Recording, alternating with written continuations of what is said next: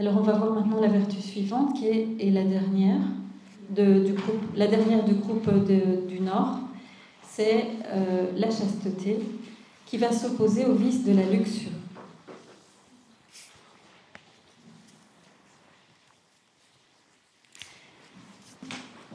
Alors la chasteté s'oppose au vice de la luxure et la luxure parle en disant: moi, je traînerai dans la boue cette image de Dieu, car cela lui est très pénible. De la sorte, je perdrai le monde entier. Je suis grande et glorieuse et je m'approprie tout ce que je me permets dans ma nature, celle dont je suis née. Pourquoi m'abstiendrai-je ou me couperai-je des avantages d'une heureuse vie et des plaisirs sensuels? Quand j'accomplis une action inhérente à ma nature et qui est bien dérisoire, en quoi est-ce répréhensible? Car si je n'agissais pas selon les exigences de ma chair, je ne serais que colère, envie, hypocrisie, mensonge et tentation. Que le ciel accomplisse sa justice et que la terre remplisse son office. Et si la nature charnelle déplaisait à Dieu, il ferait en sorte que la chair ne puisse pas satisfaire ses besoins. Alors vous voyez, elle est représentée par une femme dont les seins sont piqués par des serpents. Et Hildegard dit que la luxure suit le désespoir, car lorsque les hommes désespèrent de recevoir la miséricorde de Dieu, ils affectionnent alors la luxure qui leur procure du plaisir et ne font plus que ce que leur chair immonde leur réclame. Cette image ressemble à une femme, car c'est en elle que se développent les désirs luxurieux et l'étincelle qui allume les péchés. Le personnage est couché sur le côté droit car il méprise la droiture des bonnes et chastes actions. Elle prend Dieu à témoin pour les désirs de sa chair et se trouve même des excuses prétendant se repentir sincèrement alors qu'elle ne le fait pas. Et c'est avec d'autant plus d'audace qu'elle commet ses péchés. Elle se laisse aller à la volupté et affirme qu'il n'est pas la peine de retenir la concupiscence de la chair. Elle ne se préoccupe plus de son devoir. Elle fuit la continence céleste, la juste mortification de la chair, et son comportement, lascif, montre qu'elle n'a pas l'intention de marcher dans la droiture de l'honneur. Saint Hildegard mentionne Saint Paul aux Romains, le premier chapitre, versets 24 et 25. Et c'est ceci, Hildegard le dit, le met expressément dans le livre des mérites de la vie. Ils pervertissent leur corps. Ils métamorphosent la vérité de Dieu en mensonges qui insultent Dieu, car ils honorent des idoles. Ils se voient réduits en esclavage par des créatures qui leur sont soumises, en s'agenouillant devant elles et en leur adressant des prières. Aussi Dieu les a-t-il livrés au milieu des convoitises de leur cœur à l'impureté, en sorte qu'ils déshonorent entre eux leur propre corps, eux qui ont échangé le Dieu véritable pour le mensonge et qui ont adoré et servi la créature de préférence au Créateur, lequel est béni éternellement. Amen. La luxure allait un petit chiot à son sein droit et une vipère à son sein gauche, car elle distribue l'ordure de la folie au lieu de la sagesse à sa droite, et sa stupidité alimente l'amertume au lieu de la prudence à sa gauche. Elle cause des tourments à qui résiste à sa volonté. Elle n'est vêtue d'aucun vêtement que de feu, car comme elle manque de pudeur et d'honnêteté, elle se montre totalement nue dans la confusion. Elle s'exhibe comme un feu diabolique et infernal. Par le rayonnement trompeur de sa concupiscence, elle excite le sang et la chair des hommes qu'elle séduit, afin de leur confisquer les fruits de la sainteté et d'en faire de la paille sèche, et pour les entraîner à satisfaire les envies contre nature de leur chair lubrique. La chasteté lui résiste, et elle enjoint aux hommes de décliner l'offre de la luxure. Alors, que dit la chasteté? Moi, je ne suis pas aussi paresseuse que tu es répugnante, toi qui te délectes de ta lascivité. En effet, je ne m'allongerai pas dans ce lit où tu es couché, et depuis lequel tu appelles à la luxure. Ce n'est pas de ma bouche que sortiraient de telles paroles vénéneuses qui glissent vers la turpitude que tu professes. Mais je tire ma subsistance du puits béni rempli de douce rosée, car toutes mes œuvres sont dans la fraîcheur entretenue par Dieu. Je suis bien assise dans le soleil et je contemple le roi des rois, et j'accomplis de plein gré de bonnes actions. J'ignore la queue du scorpion qui te blesse avec son ignoble venin. Au contraire, je profite de la symphonie de l'heureuse vie et de la joie, de l'honnêteté et de la pudeur. Cette heureuse vie, qui est la mienne, n'est pas oppressée par le blasphème des turpitudes. Elle n'est pas blessée par l'horreur de l'impudicité. Quant à toi, ignoble, tu es le ventre vorace du serpent. Tu as été créé de l'oreille d'Adam et Ève, au moment où l'obéissance s'est évanouie en eux. Moi, je proviens de la parole du Père suprême. Le ciel et la terre te dissoudront, car ils te voient dans la nudité de ta dépravation.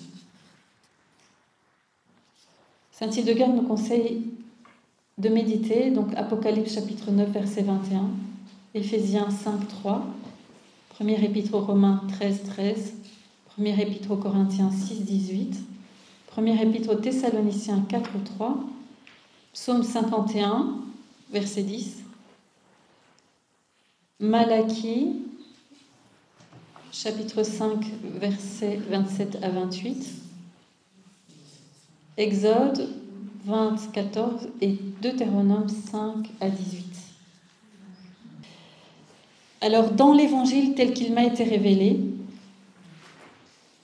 voici un enseignement donné par Saint Jean l'Évangéliste. Lorsque Jésus l'envoie évangéliser, il les envoie tous évangéliser.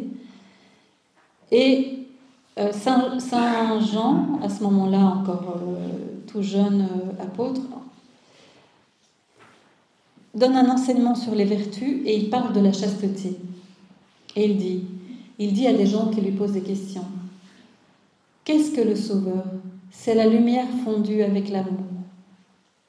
La bouche de mes frères a magnifié les louanges du Seigneur. » Il parle des autres apôtres qui avaient parlé juste avant lui. Chacun a parlé l'un après l'autre.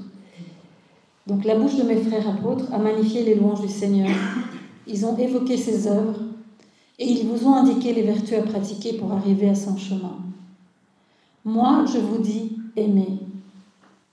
Il n'y a pas d'autre vertu plus grande et plus semblable à sa nature. Si vous aimez, vous pratiquerez toutes les vertus sans fatigue, en commençant par la chasteté. Et ça vous ne sera pas un poids d'être chaste, car en aimant Jésus, vous n'aimerez personne d'autre immodérément.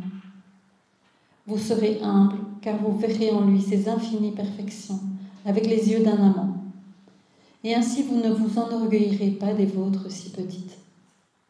Vous serez croyant, et qui ne croit pas en celui qui l'aime. Vous serez brisé par la douleur qui sauve, car votre douleur sera droite, c'est-à-dire une douleur pour la peine qui lui a été donnée, non pour celle que vous méritez. Saint Jean avait déjà des élans d'amour mystique, tout jeune apôtre qu'il était. Tous les autres apôtres l'admiraient. Alors on va chanter avec Saint Jean et avec tout le peuple d'Israël qui chantait ce psaume de David. « Garde-moi, mon Dieu, mon refuge est en toi », en demandant à Dieu la grâce de la vertu de chasteté.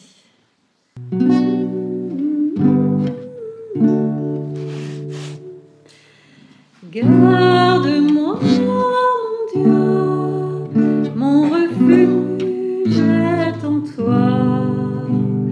Garde-moi, mon Dieu, mon refuge est en toi. J'ai dit à l'Éternel, oui, c'est toi mon rocher. J'ai dit à l'Éternel, oui, c'est toi mon rocher. La la la la la la la la la la.